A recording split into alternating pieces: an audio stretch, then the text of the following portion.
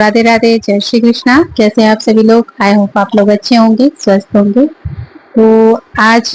मैं आप लोगों को बताने जा रही हूँ एक ऐसे रसिक संत के बारे में जो कि हमारे वृंदावन के बहुत ही ज्ञानी जिन्हें कहते हैं और प्रेमी रसिक जन थे, जो बहुत अच्छे अच्छे भाव, बहुत अच्छे अच्छे पद और बहुत अच्छी अच्छी जिन्होंने रचनाएं रची हैं पदों की, वो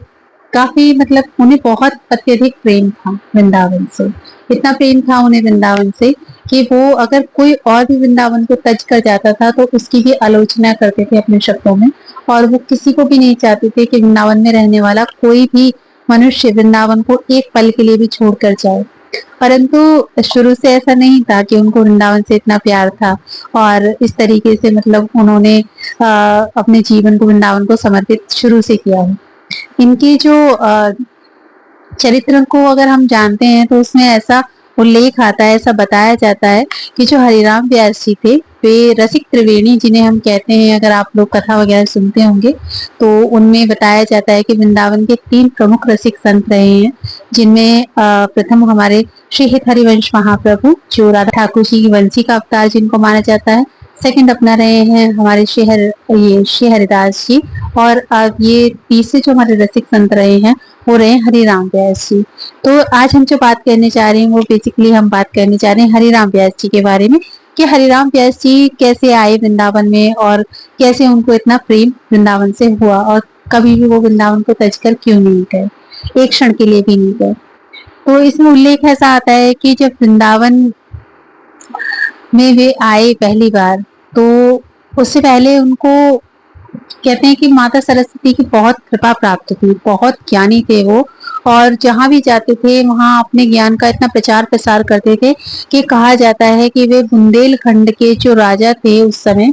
बुंदेलखंड के आपके ओरछा के राजा मधुकर शाह जी उनके राजगुरु कुलगुरु थे वो। तो और केवल उनके ही कुलगुरु नहीं, जो भी आसपास में जितने भी राज्य पढ़ते थे उन सभी के कुलगुरु वही थे, क्योंकि वे इतने ज्ञानी और इतने विद्वान थे कि हर कोई उनके पास ही दीक्षा के लिए जाता था और उनसे ही सलाह मशवरा लिया करता था।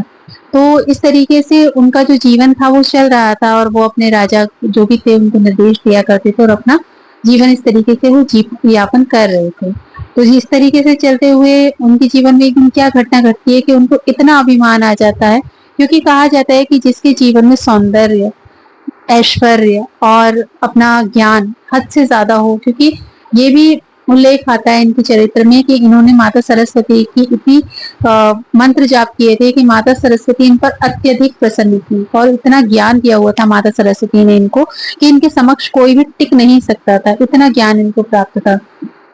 इसी के चलते इनको अहंकार आ गया कि मैं सबको हराता जाऊं और मैं सबको हराऊंगा, सबको मतलब कि सबके साथ में मैं अपना शास्त्रार्थ जो है वो करूंगा और मैं सबको हराऊंगा और अपने ज्ञान का जो है प्रचार प्रसार पूरे विश्व में प्रख्यात कर दूंगा। और वो उन्होंने किया भी, वो काफी सारी जगहों पे जीते, उन्होंने शास्त्रार्थ किए और वो जीतते हुए चले गए और बहुत मतलब उनका जो ऐश्वर्य था वो बढ़ने लगा, उनका जो प्रचार प्रसार था वो बढ़ने लगा। यहाँ तक कि लोग उनके नाम से भी डर जाते थे कि वो कहीं अगर हमारे यहाँ पर शास्त्रार्थ करने के लिए आए और हम उनसे जीत तो नहीं पाएंगे। तो इस वजह से वो पहले से पहले ही जो अपना जीत का प्रमाण पत्र होता था, जो पहले जीत के भी प्रमाण पत्र दिए जाते थे कि हम आपसे हार चुके हैं और ये आपका, उनको भी वो साथ लेकर घुमा करते थे। जब कहीं जाते थे किसी शास्त्रार्थ करने के लिए तो उनको साथ लेकर के जाया करते थे। तो इस तरीके से उनको जो है काफी प्रसिद्धि मिल चुकी थी। तो उन्होंने एक बार सोचा कि क्यों ना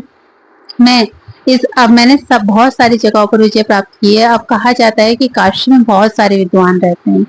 तो मैं एक बार काशी चलता हूँ और वहाँ के विद्वानों को मैं चुनौती दूंगा। तो वहाँ के जो विद्वान अगर मुझे हरा पाएंगे, क्योंकि वहां पर कहा जाता है कि वहाँ के जो विद्वान, वहाँ के जो ब्राह्मण हैं, उनकी वाणी को भगवान शिव की वाणी ही कहा जाता है। वे उन ब्राह्मणों की वाणी नहीं मानी जाती, वे वहाँ के राजा भगवान शिव हैं काशी के। तो जो ब्राह्मण उच्चारण करते हैं उस उच्चारण को भगवान शिव की ही वाणी समझा जाता है। तो अब जैसे ही वहां पर ये सारी सूचना मिली उनको और वहाँ के ब्राह्मणों को, वहाँ के जो लोग थे रहने वाले उन सबको, तो वो सब तो घबरा गए, क्योंकि उन्हें पता था कि जो हरिराम व्यास जी हैं वो बहुत ही ज्ञानी है, बहुत ही विद्वान है। यहाँ तक कि वो इतने विद्वान थे कि वो खुद से ग्रंथों की रचना भी किया करते थे और उनको भी साथ लेकर चला करते थे। ताकि जो सामने वाला व्यक्ति है उस पर वो अपना प्रभाव और अत्यधिक छोड़ सके। तो वो सब इसलिए था उनके जीवन में क्योंकि उनके जीवन में ज्ञान तो बहुत था, विद्या तो बहुत थी उनके पास, परंतु उनके जीवन में सत्संग नहीं था।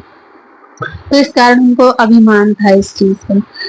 अब इस चीज से डरकर बहुत सारे ब्राह्मण जो थे वो भगवान शिव के पास गए। उन्होंने भगवान शिव से अर्चना की, वंदन किया और उनको कहा कि हे महादेव, अगर आपकी काशी में हम लोग हरिराम व्यास जी से हार गए तो ये हार हमारी नहीं होगी, ये हार होगी आपकी, क्योंकि यहाँ के जो राजा हैं वो आप हैं और हमारी वाणी नहीं है। हमारी कोई क्षमता नहीं है कि हम कुछ कर सकें, कुछ बोल सकें। हमसे जो भी बुलवाते हैं वे आप ही बुलवाते हैं, पर हमारे अंदर अभी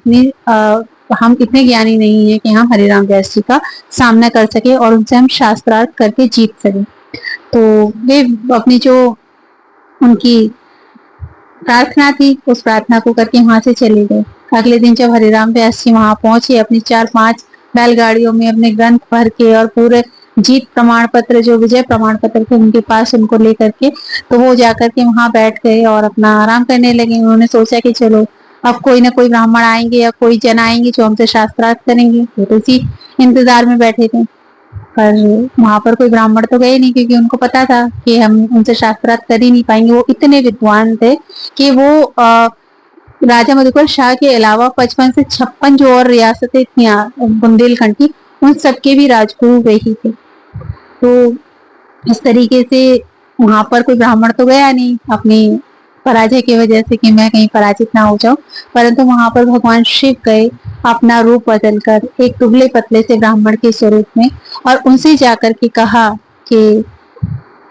व्यास जी, मैं आपसे एक प्रश्न पूछने आया हूँ और आप मेरे एक प्रश्न का उत्तर दीजिए। उन्होंने कहा कि बताइए, आप हमसे शास्त्रार्थ करना चाहते हैं? तो वो उन्होंने कहा कि नहीं, मैं आपसे शास्त्रार्थ नहीं करना चाहता और मैं इतना ज्ञानी नहीं हूँ कि मैं आपसे शास्त्रार्थ कर सकूं। आप केवल मेरी एक बात का जवाब दीजिए। तो हरिराम व्यास जी ने कहा कि पूछिए, आप क्या पूछना चाहते हैं? तब व्यास जी ने कहा कि नहीं, तब ब्राह्मण जो आज जो रूप बदल कर भगवान शिव गए थे उन्होंने व्यास जी से पूछा कि आप एक बात बताइए, आप जो ये विद्या आपने ग्रहण की, आपने जो ज्ञान ग्रहण किया, इसका फल आपको क्या मिला? इससे आपने क्या अर्जित किया? जैसे कोई धनवान होता है, उसको धन मिल जाता है तो उस धन से वो अपनी सारी इच्छाओं को पूर्ण करता है और अपना जो भी उसकी इच्छा होती है उसको वो सुख को प्राप्त करता है। इसी तरीके से जब आपको माँ सरस्वती की कृपा से इतनी विद्या, इतना ज्ञान प्राप्त हुआ तो आपको उससे क्या मिला? आप जो हरिराम व्यास जी थे उन्होंने कहा कि पहली बात तो ये उनकी इस सवाल से बड़े अचंभित हो गए कि कोई अगर हमारे पास उनका जो रूप स्वरूप लग रहा था उसे देखकर उनको लग नहीं रहा था कि वो इतना गंभीर प्रश्न पूछेंगे, क्योंकि उनके पास जो भी आते थे यानी जो भी मतलब ब्राह्मण आते थे शास्त्रार्थ के लिए, वो तो अपने जो ज्ञान से चीजें संबंधित हुआ करती थी उन्हीं को पूछा करते थे। पर जब भगवान शिव ने ऐसा प्रश्न किया तो वे अवाक रह गए और उन्होंने कहा, उसका जवाब भी जानते थे, उन्होंने कहा कि ज्ञान जो होता है, विद्या जो होती है, वो हमें ये सिखाती है विद्या विद्याति विनयम, मतलब विद्या हमें जो है वो विनम्रता सिखाती है, विवेक सिखाती है कि हमें विवेक और सही और गलत की पहचान सिखाती है। तो भगवान ने कहा कि भगवान शिव ने कहा कि क्या आपको उसका फल मिल गया है? क्या आपको विवेक प्राप्त हो गया है? क्या आपको इतना विनय मिल गया है कि आप संतुष्ट हैं उससे? अब हरिराम व्यास जी को तो बड़ा ताज्जुब हुआ क्योंकि वे संतुष्ट तो थे ही नहीं। उनको तो यही लगता था कि मैं सबको हरा दूं, जो भी कोई भी ज्ञानी हो, कितना भी ज्ञानी हो, मैं किसी को भी ना छोड़ूं और सबको मैं हराता जाऊं और विश्व भर में मैं अपनी विजय पताका फहरा दूं। तो उन्होंने कहा कि आपने अपने इन शास्त्रार्थ से, इन अपने विद्या के प्रदर्शन से कितने लोगों को आहत किया, कितने ब्राह्मणों को आहत किया, कितने लोगों को रुलाया, कितने लोगों को पीड़ा दी। क्या आपको इसका फल मिला? क्या आपको इस विद्या से यही मिला कि आप लोगों का हृदय दुखाएं, आप लोगों को उनके भावनाओं को आहत करें, उनको आप नीचा दिखाएं, उनको ये दिखाएं कि आप उच्च हैं और आपको ज्यादा ज्ञान है और उन्हें ज्ञान नहीं? तब हरिराम व्यास जी को बड़ी ग्लानि हुई और उन्होंने सोचा कि ये तो मैंने कभी सोचा ही नहीं। और ये तो मुझे कभी नहीं स्मरण आया कि मैं ऐसा ना करूं और मुझे ऐसा नहीं करना चाहिए, परंतु आपने मुझे ये कहा है तो मुझे लगता है कि आप लोग सामान्य नहीं हैं। हरिराम व्यास जी ने तुरंत, उनको जब भी अपनी गलती का एहसास हुआ कि मुझे अपने ज्ञान का इतना प्रदर्शन नहीं करना चाहिए था, जो भगवान ने मुझे कृपा करके इतना ज्ञान दिया है उससे मुझे लोगों का भला करना चाहिए था, परंतु मैंने भला तो नहीं किया, पर मैंने लोगों को बहुत नीचा दिखाया और उनको दुख प्रदान किया। तब उन्होंने जब उनसे विनती की, प्रार्थना की, जो जन वहां पर रूप बदल कर आए हुए थे भगवान शिव, तो उनसे प्रार्थना की और कहा कि नहीं, आप कोई सामान्य नहीं हो सकते, क्योंकि मेरे समक्ष कोई सामान्य व्यक्ति मुझसे ऐसा प्रश्न कर ही नहीं सकता, आप सत्य बताइए आप कौन। तब भगवान शिव ने उनको दर्शन दिए साक्षात, क्योंकि भगवान शिव काशी में नित्य विराजते हैं और वे उनका ही पावन स्थान है। कहा जाता है कि जो काशी है वह भगवान शिव की जीवा है, जीवा के स्वरूप में काशी विद्यमान है भगवान शिव की। तो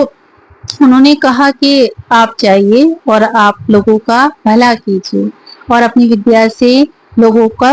को सुख दीजिए, लोगों को ज्ञान दीजिए, परंतु किसी को नीचा मत दिखाइए। और उन्होंने एक रहस्य की बात उनको बताई जो कि वो भूले हुए थे, कि वे हरिराम व्यास जो थे वे कोई सामान्य नहीं थे, वो ठाकुर जी की सखी, विशाखा सखी के अवतार थे, जो कि धरती पर अवतरित हुए थे लीला के लिए, परंतु वे अपना रूप स्वरूप भूले हुए थे, इस वजह से उन्हें कोई भी भान नहीं था कि वे कौन है और वो किस लिए यहाँ पर पृथ्वी पर आए हुए हैं। तब भगवान शिव ने उनको आज्ञा देते हुए कहा कि आप यहाँ से सीधे वृंदावन जाइए और वृंदावन में जाके आप ठाकुर जी की जो लीला है, ठाकुर जी का जो भाव है, उसका प्रचार प्रसार कीजिए अपने ज्ञान से। अब हरिराम व्यास जी को काफी ग्लानि हुई जब उन्होंने सुना कि मैं कौन हूँ और मेरा जो जन्म हुआ है, मेरी जो भगवान ने मुझे भेजा है, ठाकुर जी ने मुझे किस लिए भेजा था और मैं किन कार्यों में लगा हुआ था, परंतु अब उनको ना बड़ा संकोच हो रहा था। वे ओरछा गए, वे वृंदावन नहीं गए, क्योंकि उनको बहुत संकोच हो रहा था कि मैं वृंदावन किस मुख से जाऊं, कैसे जाऊं, क्योंकि उस समय कहा जाता है कि उनकी आयु जो थी वो 34-35 वर्ष के आसपास रह की थी। तो उनको यही लगता था कि मैंने अपनी इतनी आयु जो है वो व्यर्थ के कार्यों में व्यर्थ कर दी और मुझे इनसे कुछ भी प्राप्त नहीं हुआ। अब वे दिन रात यही सोचते रहते, मैं कैसे वृंदावन जाऊं, कैसे ब्रज जाऊं, कैसे वृंदावन जाऊं और मैं किसके द्वारा जाऊं, क्योंकि ऐसे तो मुझे जाने में बहुत संकोच लग रहे हैं। तभी वहां पे कहा जाता है कि जब वो बेतवा नदी के किनारे बैठे हुए थे ऐसे उदास, तो वहां पे नवल दास नाम के एक जो वैष्णव थे, जो कि श्री हरिवंश महाप्रभु के वैष्णव थे, मतलब हित हरिवंश महाप्रभु द्वारा उन्होंने दीक्षा ली हुई थी, उनके वे जो शिष्य थे, उनके शिष्य थे, तो वो वहां पर एक भजन गा रहे थे बहुत सुंदर। तो उन्होंने जब वो भजन सुना तो उनको बड़ी आनंद की अनुभूति हुई और उनको लगा कि अरे वाह, ये भजन तो बहुत सुंदर है, ये किसके बोल है, और ऐसा भजन तो वो ही गा सकता है जिन्हें ठाकुर जी का अनन्य प्रेम होगा। तो यही सब जब उनके मन में विचार कर रहे थे, तो नवल दास जी ने उनके पास जाकर कहा कि आप क्या सोच रहे हैं वैसे। तो उन्होंने कहा कि आप ये जो भजन गा रहे हैं ये आपका खुद का है। तो उन्होंने कहा नहीं, ये मेरे खुद के पद नहीं है, ये मेरे गुरुदेव के पद हैं। जो हरिवंश महाप्रभु हैं जिन्होंने राधा वल्लभ लाल जी को वृंदावन में प्रकट किया है, और वे अभी ऊंची ठौर, जो वृंदावन में ऊंची ठौर है, वहां पर राधा वल्लभ लाल जी को उन्होंने स्थापित किया है, तो वही वहां भी विराजते हैं। तो मैं उन्हीं का दास हूँ, उनका सेवक हूँ, उनका शिष्य हूँ, उनसे दीक्षा लेकर के मैं आया हूँ और आपको भी वहीं जाना चाहिए, तो फिर आपके मन को शांति प्राप्त होगी। अब हरिराम व्यास जी वहां से ये सब बोल करके, सुन करके जब उनके मन को बहुत अच्छा लगा तो वहां से चल दिए। अब हरिराम व्यास जी का जो गंतव्य था वो था वृंदावन जाना कैसे था, तो वो बिना राजा को बताए, बिना राजा को बोले हुए वहां से चुपचाप चले गए और वृंदावन जा पहुंचे। वृंदावन पहुंचने के बाद में पर उनका स्वभाव अभी थोड़ा बहुत बदला था। कहते हैं ना, एक साथ इंसान का स्वभाव नहीं बदलता, क्योंकि उनको बहुत सम्मान मिलता था, बहुत सुंदर, बताते हैं कि बहुत सुंदर, बहुत रूपवान थे और बहुत गुणी थे। तो उनके अंदर एक वो था कि जब मैं कहीं जाता हूँ तो मुझे मेरा बहुत मान सम्मान किया जाता है। पर जब ठाकुर जी की नगरी में वे पहुंचे तो हरिराम व्यास जी वहां जाकर के बोलते हैं, राधा वल्लभ लाल जी के प्रांगण में जब वे गए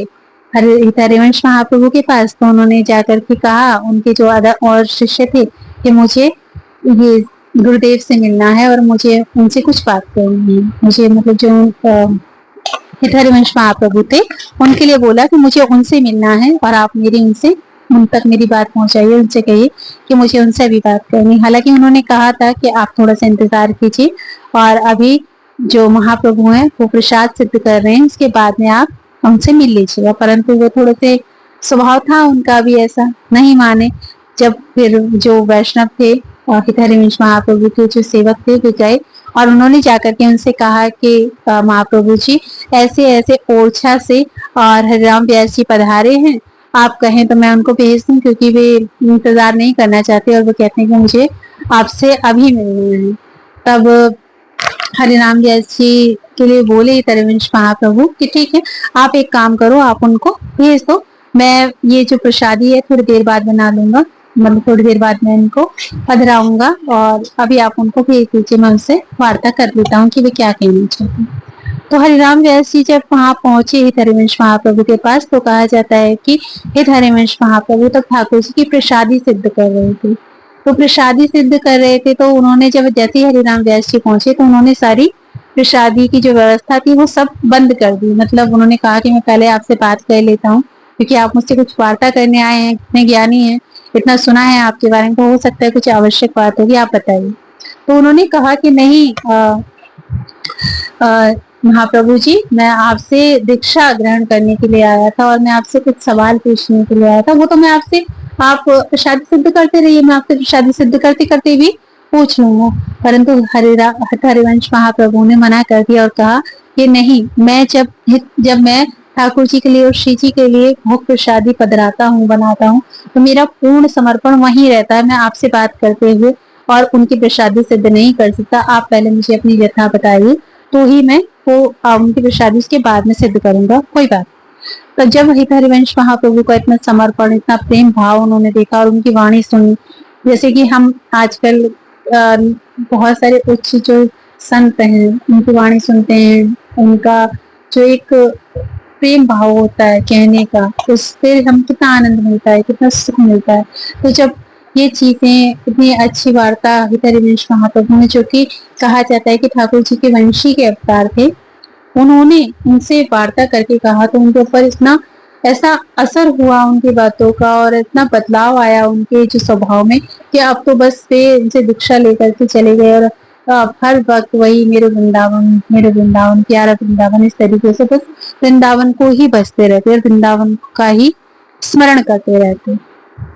इस तरीके से वे वृंदावन में आ गए और वहाँ अपना जो राजा थे उनके जो भी, हाँ, उनको भी कुछ बता करके नहीं आए। तो वहाँ बहुत टाइम बीत गया, तो उनको ढूंढा गया कि कहाँ चले गए, कहाँ चले गए। इस तरीके से फिर वे तो वहीं अपना रसिक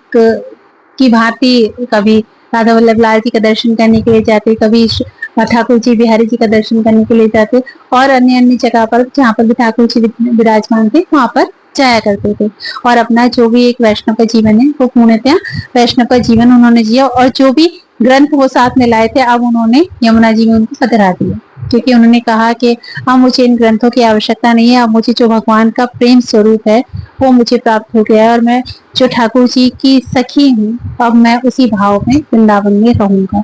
तो इस तरीके से उन्होंने ब्रज में वास किया और ब्रज में वास करते हुए जब राजा मधुकर शाह आए अपने गुरुदेव को लेने के लिए, क्योंकि भाई गुरुदेव हैं वो, उनके तो उनका राज्य कैसे चले, बिना गुरु के तो राज्य भी नहीं चल सकता है ना। तो इस, और वो भी इतने ज्ञानी, इतने बुद्धिमान कि उनकी बुद्धि का कोई काट नहीं था किसी के पास में। तो राजा मधुकर शाह ने बहुत तरकीबें लगाई कि उनको बुलाया जाए वापस, कैसे भी किसी भी तरीके से वो वापस आए, पर सब तरीके उन्होंने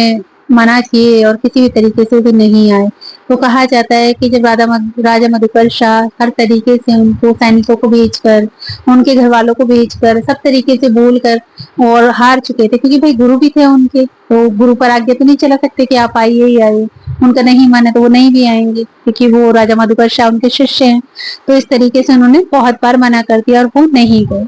तो इस बार राजा मधुकर शाह ने क्या किया कि राजा मधुकर शाह गए सीधे ही हरिवंश महाप्रभु के पास, क्योंकि उनको पता था कि जो स्वामी जी हैं हरिराम व्यास जी, वो हरिवंश महाप्रभु से उन्होंने दीक्षा ली और वो उनको अपना गुरु मानते हैं और गुरु की बात कोई नहीं टाल सकता, क्योंकि जो गुरु हमारे जीवन में होते हैं उनकी बातों को कभी टालना नहीं चाहिए। कहा जाता है कि पहले गुरु की जो वाणी होती थी उसको बहुत जो शिष्य होते थे अपने कर्तव्य के समान माना करते थे कि चाहे कुछ भी हो जाए पर उनकी गुरु की वाणी जो है वो व्यर्थ नहीं जानी चाहिए, उसके लिए चाहे उनको कुछ भी करना पड़े। तो इस हद तक गुरुवाणी को निभाया जाता था और उसी के फलस्वरूप उनको जो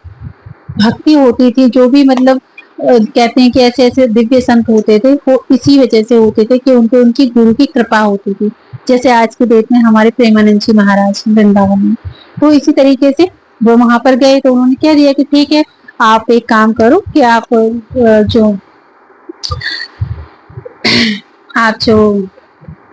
हरिराम व्यास जी हैं उनको ले जाना, क्योंकि उन्होंने ऐसे ऐसे बहाने बताए कि नाथ आप एक बात बताइए भगवान के हरिराम व्यास जी इतने ज्ञानी हैं और अगर वो नहीं जाएंगे तो हमारा राज्य कैसे चलेगा, और वहां पे भी तो इनको बहुत सारे लोगों का उद्धार करना है। यहाँ पर तो आप विराज रहे हो, स्वामी श्री हरिदास जी विराज रहे हैं, तो आप एक काम कीजिए कि आप इनको वहां भेज दीजिए कि वहां पे मैं इनके लिए बहुत बड़ा मतलब ठाकुर जी का मंदिर बनवा दूंगा, वहां ये भजन पूजन करते रहेंगे। इस तरीके से उन्होंने उनको कन्विंस कर लिया कि हाँ चलो, जो आचार्य हैं उनको वहां जाकर के रहना चाहिए और इनका घर परिवार जो भी है वो भी वहीं पर है, तो इनको ओरछा में ही वापस चले जाना चाहिए। पर जैसे ही उनको ये पता चला कि एक सेवक ने जाकर के उनको बता दिया कि हरिराम व्यास जी अब तो आपको वापस जाना पड़ेगा, कि क्यों भाई मुझे क्यों वापस जाना पड़ेगा, मैं तो वृंदावन से कभी नहीं जाऊंगा, मुझे तो भगवान शिव ने मेरा मार्गदर्शन किया है, मुझे भेजा है यहाँ पर कि मैं तो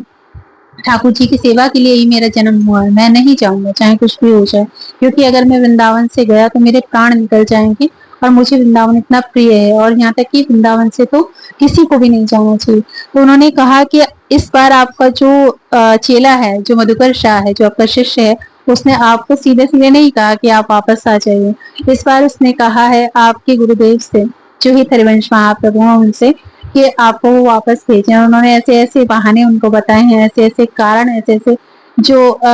तथ्य है वो उनको दिए हैं कि आपको वापस जाना ही पड़े। अब तो हरिराम व्यास जी की बड़ी, जो कहते हैं कि उनको बड़ी पीड़ा हुई। अब तो उनको इतना कहते हैं कि वो गिरने लगे, चक्कर आने लगे, उनको रोने लगे, और यहाँ तक कहा जाता है कि अपना जो चेहरा था उन्होंने वो सारा कालिक से पोत के मुंह काला कर लिया और कह दिया कि, और रोने लगे वो, और ऐसे से भाव में भरकर गीत गाने लगे कि जो वृंदावन से जाए उसे तो इसी तरीके से उसे निकाल देना चाहिए, इसका मुंह काला करके, और इस तरीके से इतनी वेदना में मतलब वो आ गए कि वो हरगिज नहीं जाना चाहते थे और पागलों की तरह वो वृंदावन में घूमने लगे। जब देखा उनको सबने इस तरीके से, और हरिवंश महाप्रभु के पास ये समाचार भेजा गया कि जो स्वामी जी हैं व्यास जी महाराज, हरिराम व्यास जी, उनको पता चल गया है कि आप उनको आज्ञा करने वाले हो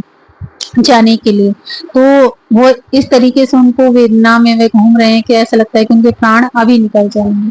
तब तुरंत के तुरंत हरिवंश महाप्रभु ने उनको देखा और उन राजा मधुकर शाह को, जो वहीं पर कहीं आराम कर रहे थे, समाचार भिजवाया कि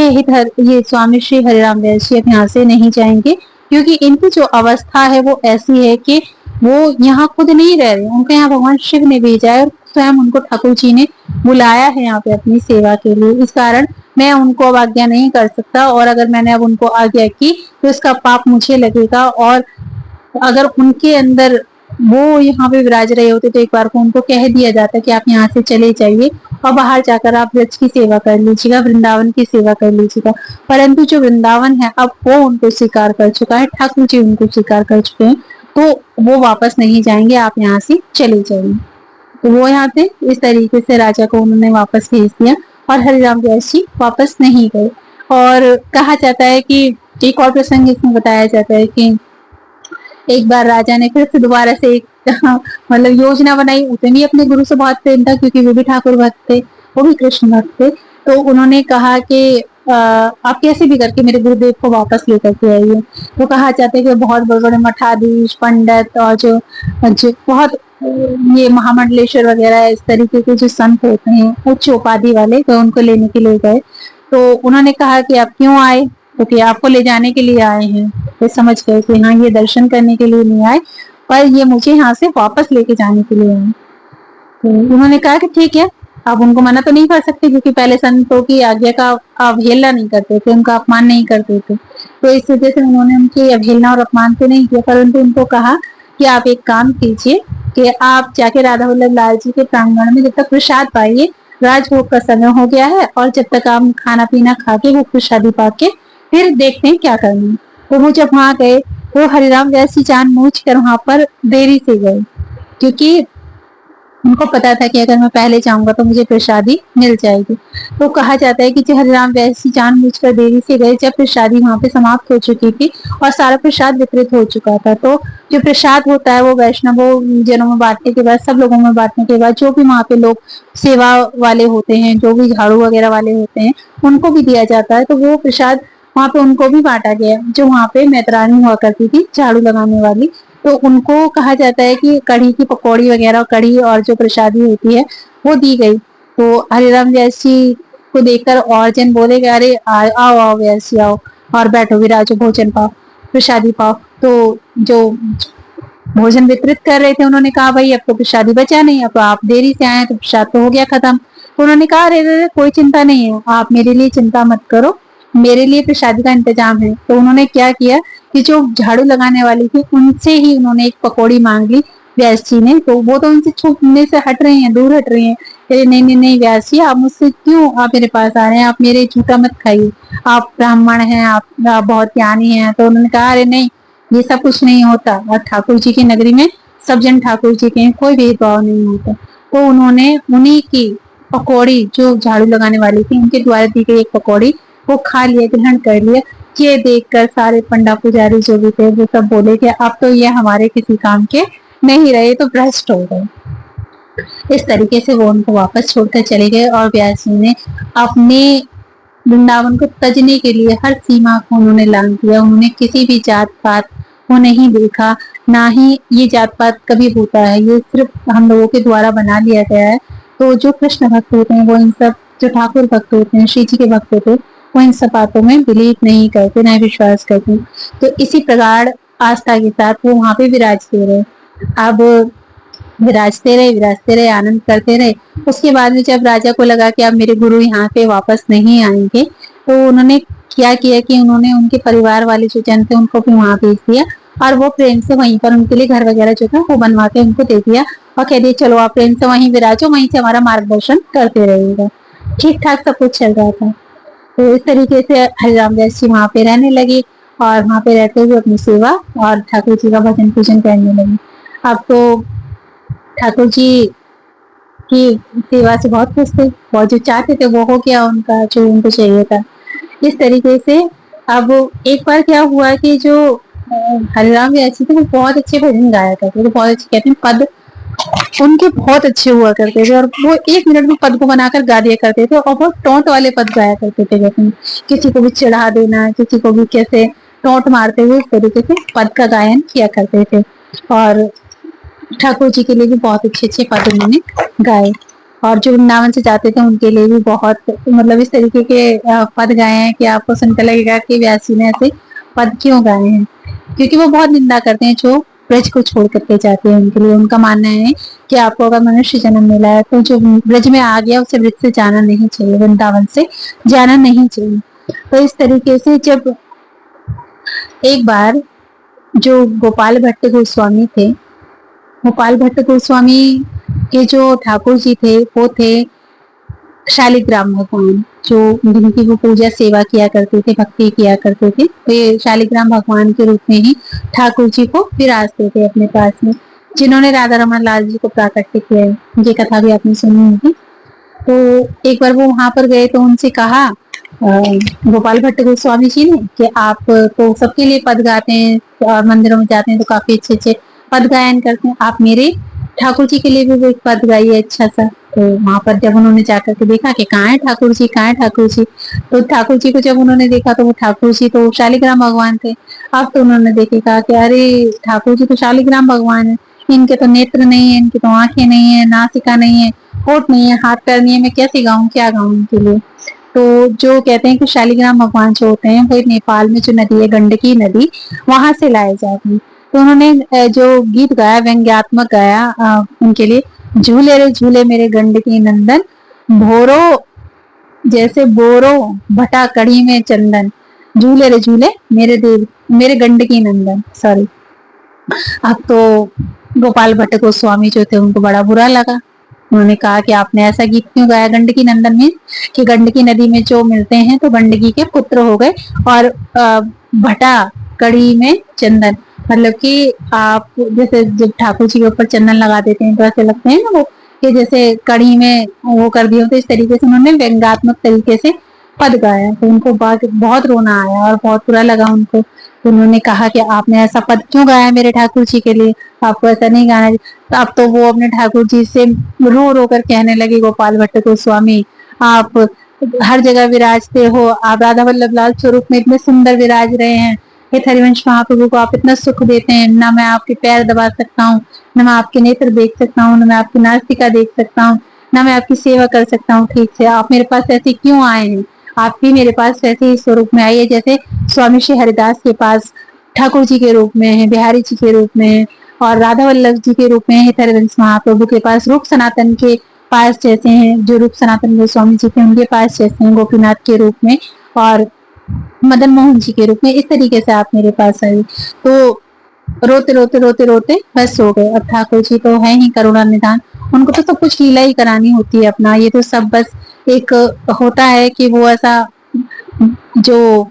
सारी लीला के लिए कहते हैं ना, सबको इकट्ठा कर देते हैं, और फिर वहां पे ऐसा कुछ होता है कि वो लीला उनकी पूर्ण हो जाती है। तो वहां पे गोपाल भट्ट गोस्वामी बहुत विरह में रोते रोते और कहते कहते सो गए। और जब वे सवेरे उठे तो वहां पर उनको क्या मिले, कि वहां पे उनको जो सुलाए थे उन्होंने शालिग्राम भगवान को, वहां पे उनको शालिग्राम भगवान नहीं मिले, वहां पे उनको मिले राधा रमन लाल जी, क्योंकि आज हमारे वृंदावन में विराजते हैं और बहुत सुंदर है। और उनके जो रूप नैन नक्श जो भी है, कहा जाता है कि तीनों ठाकुर जो बिहारी जी हैं, राधा वल्लभ लाल जी हैं, और मदन मोहन वो जो गोपीनाथ जी हैं, उन तीनों का स्वरूप का मिश्रित स्वरूप है राधा रमन लाल जी। उन्हीं के जैसे पैर, उनके जैसी नासिका, उन्हीं के जैसे नेत्र, उनके जैसे हाथ, तो इस तरीके से वो पूर्ण स्वरूप में उन तीनों के तरह से बन के अकेले आए, और इतने सुंदर इतने मनमोहक कि वो बहुत प्रसन्न हो गए। अब तो वहां पर मतलब चारों तरफ ये हो गया कि अरे हरिराम जो गोपाल भट्ट गोस्वामी थे उनके, गोपाल भट्ट जी के,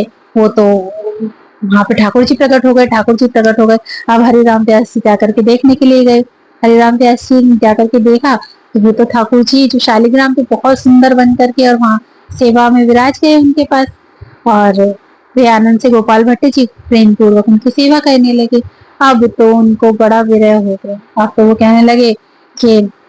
हरिराम व्यास जी श्री जी से ठाकुर जी से कि मैं नित्य आपकी सेवा करता हूँ, मैं नित्य आपका स्मरण करता हूँ, मैं नित्य आपको वंदन करता हूँ, मैंने आपके लिए सारा ज्ञान तज दिया, सब घर परिवार सबको छोड़ दिया, इतने मुझे लोग बुलाने आए, मैंने मान सम्मान सबको, मतलब लड़ने लगे एक तरीके से, कहने लगे कि आपने मुझे सेवा नहीं दी, मुझे मेरे पास आप नहीं आए, मेरे पास आप कब आओगे, आप मेरे पास भी आइए। तो कहा जाता है कि माघ शुक्ल की एकादशी के दिन वृंदावन में माघ शुक्ल की एकादशी के दिन किशोर वन में पहले श्री जी ने उनको स्वप्न दिया था पहले कि तुम चिंता मत करो हरिराम व्यास, मैं इन सबके पास में हम लोगों का केवल एक ही स्वरूप ठाकुर जी आए हैं, और जो अब मैं तो हम लोग मैं आएंगे तुम्हारे पास, हम लोग आएंगे, हम दोनों तुम्हारे पास आएंगे, और जुगल किशोर रूप में हम तुम्हारे पास पधारेंगे। तो इस प्रकार वहां पर कहा कि शुक्ल एकादशी के दिन जब किशोर वन में गए हरिराम व्यास जी, और वहां 14 हाथ नीचे उन्होंने खुदाई की, तो वहां पर उनको जुगल किशोर के रूप में श्री राधा जी और ठाकुर जी दोनों ही विग्रह प्राप्त हुए, और उनका नाम दिया उन्होंने जुगल किशोर जी, जो कि जुगल किशोर जी उनको प्राप्त हुए तो वे बहुत प्रसन्न हुए। और उनको वे इसलिए जुगल किशोर जी प्राप्त हुए क्योंकि वे बहुत उनके लिए तड़पे, बहुत रोए, और बहुत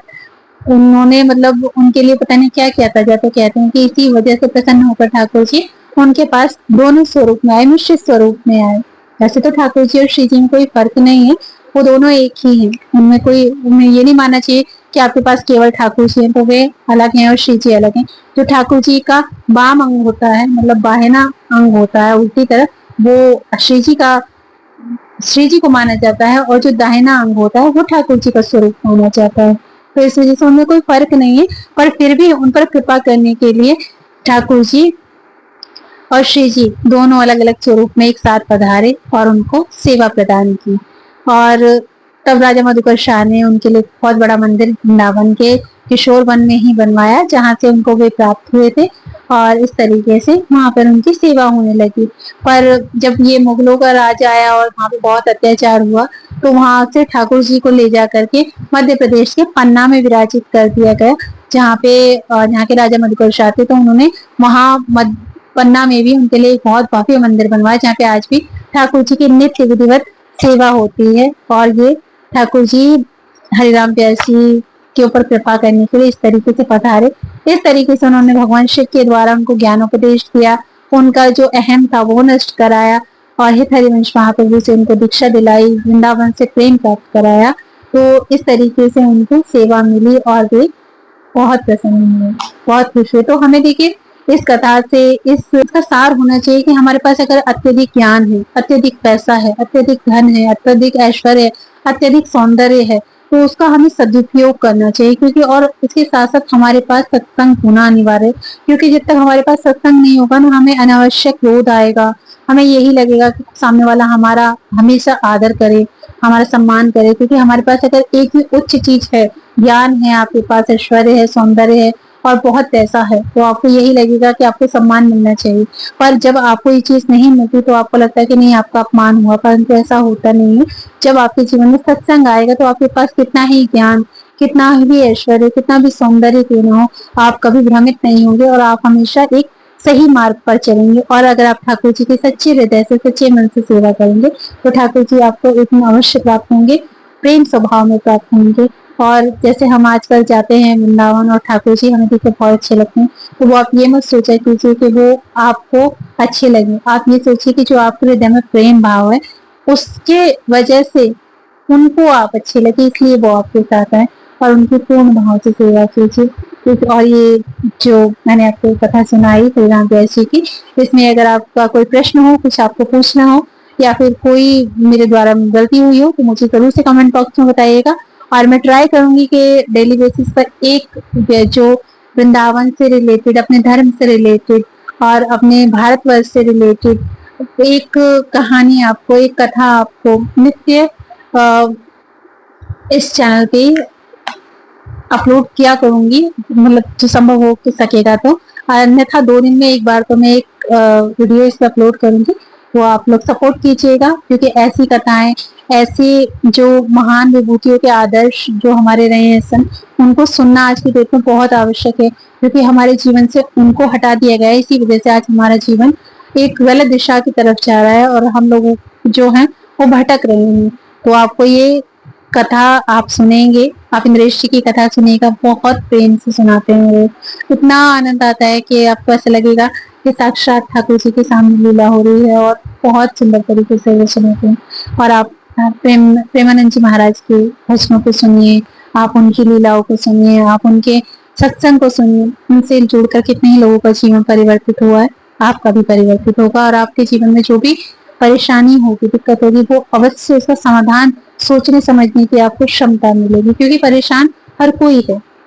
ऐसा नहीं है कि सबके जीवन में सुख है, किसी ना किसी के जीवन में कुछ ना कुछ परेशानी, कुछ ना कुछ दुख अवश्य ही है, परंतु उसका समाधान कैसे हो सकता है, उससे हम कैसे निकल सकते हैं, कैसे ओवरकम कर सकते हैं, कैसे अपने जीवन में आगे बढ़ सकते हैं, ये हमें संत जनों की वाणी और अपने अध्यात्म को जानने के बाद ही पता चलता है। इसलिए ऐसी वीडियोस को अवश्य से देखें, और वीडियो आपको अच्छी लगी हो तो शेयर कीजिएगा। पहली बार चैनल पर आए हो तो चैनल को सब्सक्राइब जरूर कर लीजिएगा और बेल आइकन प्रेस कर दीजिएगा, ताकि आगे आने वाली सारी वीडियोस का नोटिफिकेशन आपको प्राप्त होता रहे। इसी के साथ सभी को राधे राधे, जय श्री कृष्ण।